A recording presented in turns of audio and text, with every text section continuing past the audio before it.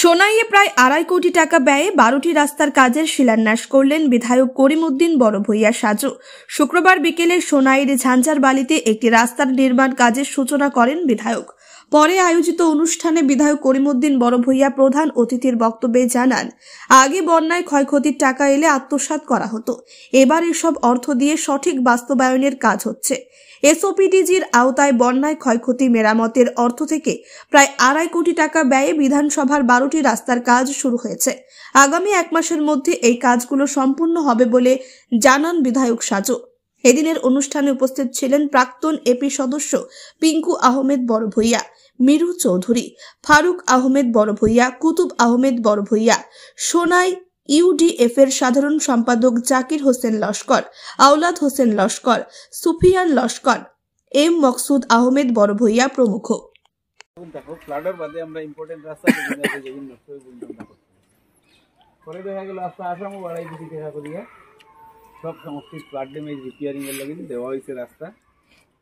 সোনাই তো আমরা 2.5 কোটি টাকা পাইছি। এই টাকা দিয়ে আমরা পুরা মাটি লেভেল করিয়া স্যান্ড দিয়ে রোলার মারি। আমরা এই রাস্তা আমি ফ্লাডের পরে আইছিলাম,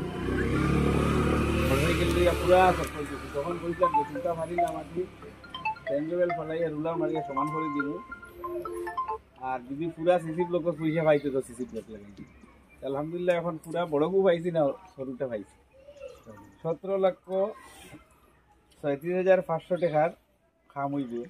ওগুলোর মাঝে পুরা স্যান্ড লেভেল পড়িয়া রোলার মারিয়া একদম ইয়ে যাইব। এগুলো টোটাল 800 মিটার 800 মিটার হইব। আমরা মেজর বাঙ্গা এগুলো খাবার হয়ে যাব গিয়ে যেগুলো আমরা ইয়ে করছি জানি।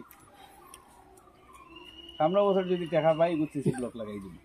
এখন আবার লিড দিয়ার এইভাবে আজকে আমরা সোনাই সমষ্টিতে এফডিআর 2.5 কোটি টাকার মধ্যে টোটাল 12টা রাস্তার আজকে কাজের শুভ সূচনা হলো। আজকে আমি সাঁতরাখান্দি এখানে একটা রাস্তার কাজের ফাউন্ডেশন স্টোন লে করেছি এবং বাকিগুলা প্রত্যেক জায়গাতে আমার প্রতিনিধি থেকে প্রত্যেকটি রাস্তার কাজের সূচনা করবেন। আমি আপনাদের কাছে সাংবাদিক বন্ধুদের কাছে এই 12টা রাস্তার আজকে যেটা শুভারম্ভ হলো সেগুলোর তালিকা দিচ্ছি। আর আমি ডিপার্টমেন্টকে বলেছি, পিডব্লিউডি ডিপার্টমেন্টকে, আগামী 1 মাসের মধ্যে এই কাজগুলো যাতে সম্পূর্ণ করা হয়, যে কোনোভাবে 1 মাসের মধ্যে যেভাবে এস্টিমেট আছে সেইভাবে কাজ করে শেষ করতে হবে। আর সাঁতরাখান্দির মেইন রোড যেটা ডাবল লেন হচ্ছে, সুন্দর কাজ হচ্ছে, পিচ হচ্ছে, আপনারা যেভাবে সহযোগিতা করতেছেন ঝাঞ্ঝারবালি সাঁতরাখান্দি পুরা এই অঞ্চলের মানুষ সবাইকে আমি ধন্যবাদ জানাই।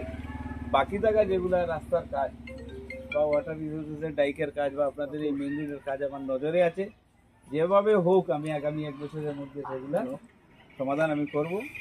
আর মেজর কাজ যেগুলো দাবি ছিল আপনাদের তার মধ্যে অনেকটা পূরণ হয়েছে, 2টা বা 1টা রয়েছে, সেগুলো আমরা পূরণ করে দেব।